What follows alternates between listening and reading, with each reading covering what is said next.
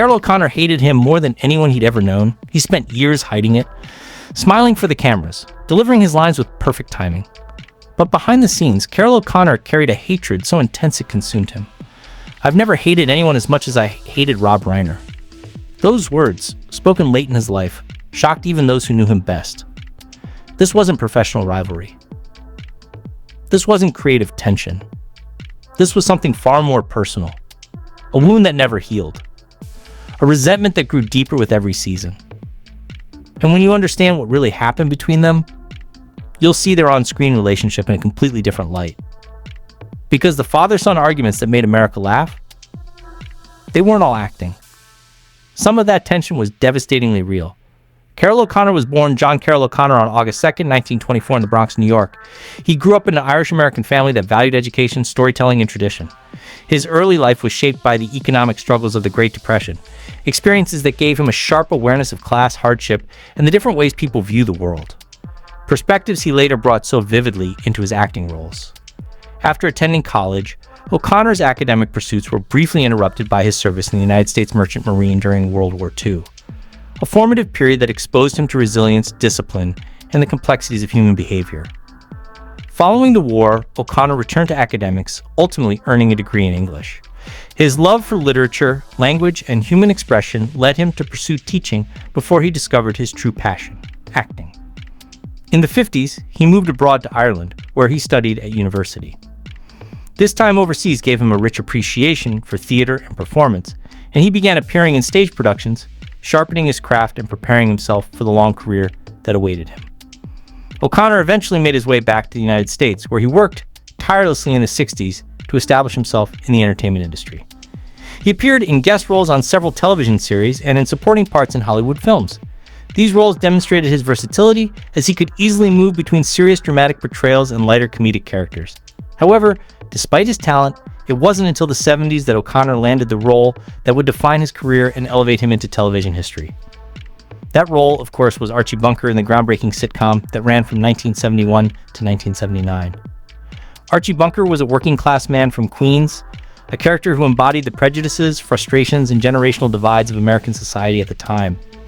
While many actors might have shied away from playing a character with such controversial views, O'Connor embraced the challenge. He infused Archie with depth, complexity, and even moments of vulnerability, ensuring the character was never a one-dimensional caricature. Instead, O'Connor's performance turned Archie into a mirror, reflecting America's struggles with race, gender roles, politics, and cultural change. Viewers might have disagreed with Archie's outlook, but they recognized him, understood him, and often laughed with him as much as they laughed at him. The show became a cultural phenomenon, breaking television barriers by openly addressing topics that had rarely, if ever, been discussed on primetime television. O'Connor's work on the show earned him 4 Emmy Awards, cementing his place among television's greatest performers. He reprised the role in a spin-off series that ran from 1979 to 1983, further extending his legacy and influence. But O'Connor was not defined solely by Archie Bunker.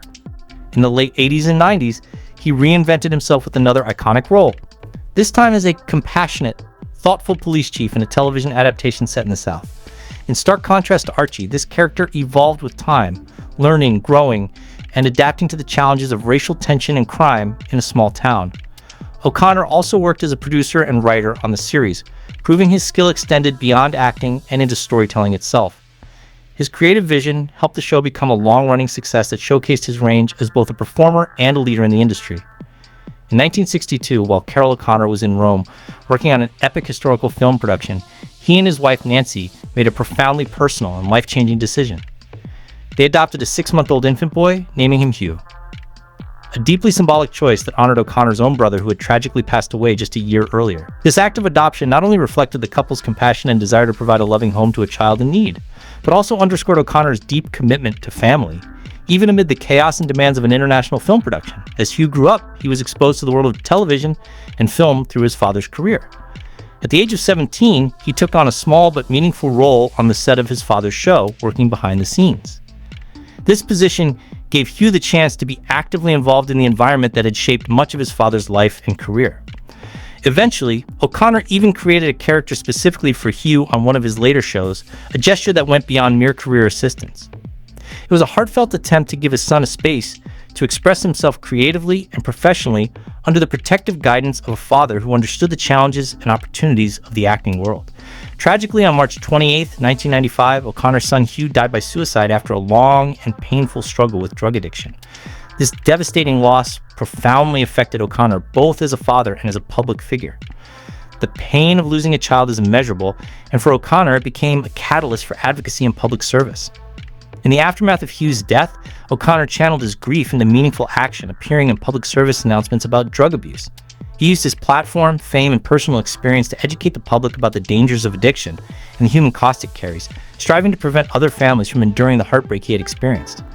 For the remainder of his life, O'Connor dedicated himself to raising awareness about drug addiction, speaking openly about the struggles faced by his son, and advocating for support, understanding, and intervention for those suffering from substance abuse. If this story about Carroll O'Connor touches your heart, please share it with someone who needs to hear it. But there was another pain Carroll O'Connor carried, one he spoke about less frequently but felt just as deeply: his relationship with Rob Reiner, who played his son-in-law on the show. And his feelings toward Reiner were no exception to his tendency to speak bluntly. In interviews and private conversations, O'Connor did not shy away from expressing his contempt, once declaring bluntly, "I've never hated anyone as much as I hated Rob Reiner." This was not a passing annoyance or a momentary clash of personalities. It was a profound and sustained animosity that O'Connor admitted colored his experience on the show for years. Unlike typical tensions that might arise on a television set, their conflict was deeply personal, rooted in fundamental differences in temperament, ego, and approach to acting. O'Connor felt that Reiner's presence and attitude consistently undermined the collaborative spirit that was supposed to define the cast. According to O'Connor, part of the problem was Reiner's approach to his role. He explained, "Rob always thought he was smarter than everyone else, that he had some moral high ground just because he played the liberal character." O'Connor, who was intensely proud of his own craft and deeply invested in the authenticity of his performance, bristled at Reiner's self-assuredness. To O'Connor, it wasn't just Reiner's acting choices. It was the aura of superiority he carried around on set, the implicit criticism he projected, and the way he challenged O'Connor's own authority and interpretation of Archie Bunker. O'Connor often described Reiner as arrogant and insufferable, insisting that his co-star's behavior went beyond normal artistic differences into territory that felt deliberately provocative and disrespectful. He saw Reiner as someone who not only questioned his professionalism, but also threatened the dynamics of the cast and crew, creating a tension that was impossible to ignore. O'Connor's hatred was also fueled by the personal dimension of their relationship, or rather the lack thereof. Whereas some actors develop close bonds with their co-stars, sharing jokes, personal stories, and mutual support, O'Connor found Reiner distant and condescending. He recalled, "There was never a moment when I felt like Rob was my friend. He was always out to prove something, always competing for attention in ways I found exhausting." In essence, O'Connor felt isolated, constantly having to defend not just his character, but also his own professional worth against Reiner's perceived challenges. Yet, it was not just personal dislike that fueled O'Connor's animosity. There was also a philosophical clash. Archie Bunker was in many ways a complex figure whose nuances required O'Connor's careful interpretation. Reiner's approach to his own character, meanwhile, leaned heavily on satire and ideological assertion, which O'Connor felt simplified the dynamic into a constant moral lecture. He once remarked it wasn't about acting, it was about him trying to teach me a lesson every day. I'm an actor, not a preacher. This ideological friction made their scenes particularly challenging, as O'Connor felt he had to constantly navigate Reiner's impulses while staying true to the essence of Archie. Despite the intensity of these feelings, O'Connor rarely allowed them to erupt on camera. His professionalism meant that while he hated Reiner personally, he ensured that the tension added to the authenticity of their scenes rather than detracted from them. Paradoxically, O'Connor's animosity may have contributed to the dramatic chemistry that made their interactions so compelling for audiences, though O'Connor himself would likely have dismissed this as a minor consolation. In private, however, he never softened his opinion, maintaining to the end of his life that his dislike for Reiner was unparalleled. "I've worked with many people I couldn't stand," he said, "but Rob topped them all." In the end, Carroll O'Connor's hatred for Rob Reiner was emblematic of a complex, often contradictory personality.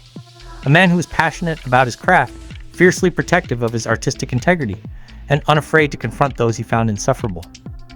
While the public saw the character on screen, behind the scenes, O'Connor's relationship with Reiner revealed a deep personal friction that shaped much of his experience on the show. Carroll O'Connor passed away at the age of 76 on June 21, 2001. His death occurred in Culver City, California, a city closely tied to the entertainment industry.